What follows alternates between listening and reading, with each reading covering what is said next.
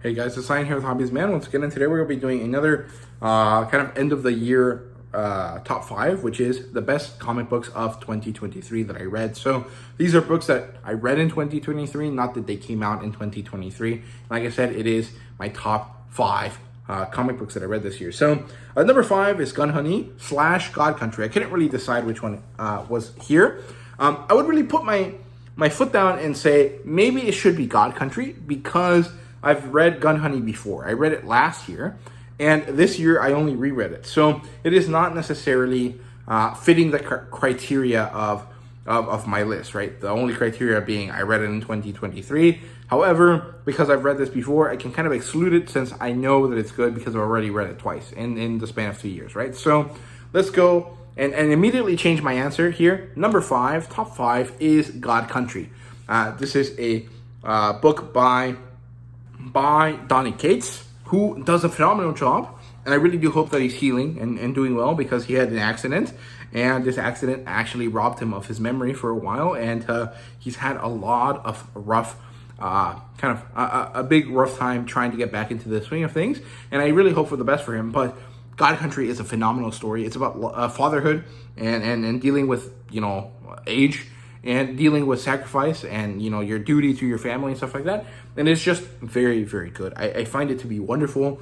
It happens to be a short story, but one that has so much to it, so much punch that I really love. And it also has a lot of your Donny Cates kind of standard things, right? There's a crazy god in the sky. There's some crazy shit happening in Texas. And there's a big ass motherfucking sword. And this sword is badass as fuck. So there you go. God Country, number 5 on the list. There really isn't too much to say here without spoiling it. There is a phenomenal moment in this story that is just killer, dude. It is the best. You guys should watch the Comic Pop video where they discuss this story. Yeah, it's really good. The story is even better, but that Comic Pop video is just phenomenal. I really do enjoy it. So yeah, number 4 is Graduation Day. This is a Blue Beetle book. It's also where I got that poster from. And this book is great. It is a great introduction for Blue Beetle. It is a great way to learn about Blue Beetle, but it's also a great way to have this character transition on into his new series, which is what he is doing right now. He has a new series, and it's also a great story about growing up. And it's one that really resonated with me this year because even though I've already graduated high school and I don't really need to remember what it feels like to graduate high school since I'm still young enough to remember it very clearly, since I'm 24 and I graduated about 6 years ago, I am going through a transition myself, right? I'm going on to graduate. Actually, I'm filming this the night before I go graduate. I'm finishing up my bachelor's in electrical engineering, and I'm moving on to a master's in business, right? Business administration and MBA. And so this year for me, especially this last semester here, was a moment of transition, a period of change, a liminal space, going from one aspect to the other. Now, realistically, these two aspects, electrical engineering bachelor's and MBA master's, are basically more or less the same. I'm going to the same school. There really isn't too much changing except for my mentality, right? And so I think that it was really important to see a story that dealt with actual physical change in the same kind of liminal space that I find myself in, or a similar one, since it's not really exactly the same, to help me kind of go through my life. And I really, really enjoyed it. I thought it was great. It also happens to be kind of wonderful that I really enjoyed this book. I went to watch the movie. I watched the Blue Beetle movie with my parents. We watched it in Spanish, and it was a great time. I really enjoyed myself with that movie.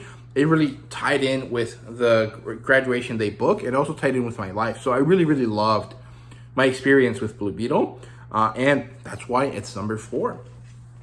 So there you go. Number 3 is the Conan arc, the first Conan arc by Jim Saab and Rob Del Torre. The artwork here is phenomenal. The story is also really, really great, and it just feels so Robert E. Howard. Like, it is so, so good. It is so true to form to what Conan is, and it is just so enjoyable. I love the colors as well, and honestly, it is definitely the one of the best comic books that I read this year, one of the best comic book arcs that I read this year. So overall, great stuff here with Conan. I don't really have too much to say because I do reviews for it weekly, monthly. So I don't want to say more than I already have. So there you go. That's number 3. Number 2 is Noir Burlesque. This is a noir detective style story.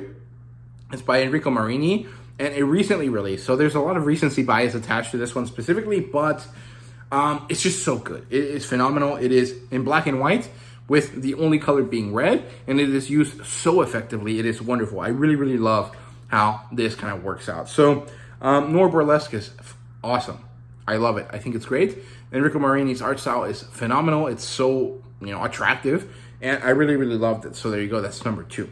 Number 1 is Camelot. Camelot 3000.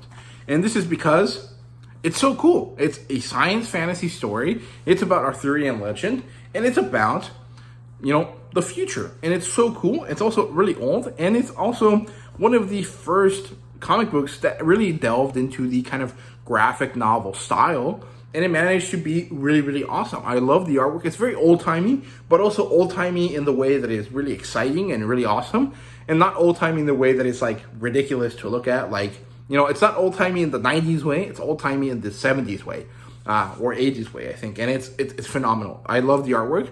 The story could use some work. If they made a new version of Camelot 3000, I wouldn't be mad, as long as they managed to keep the same vibe of the original, but modernize some of the elements here, right? Because it actually deals with, transsexuality and, LGBTQ kind of like elements that I think were handled phenomenally and that were done really, really well. I really enjoyed this story. I mean, there's definitely issues with how it was handled because it was not done like what would be considered well today, but I think that it manages to be very, very good at managing those issues and kind of dealing with the reality of these characters kind of being reincarnated and sometimes being reincarnated in bodies that are not what they're used to, right? And also, I just really enjoyed it. So there you go. That's my top comic book for the year. Hopefully next year I have even better comic books to share with you at the end of the year. And thank you guys very much for watching. I hope you guys enjoyed. Let me know what your top 5 comic books of the year were. They can be single issues, they can be collected editions, they can be omnibuses, they can be whatever. Just let me know down below. Thank you guys very much for watching, and happy holidays. See you guys later.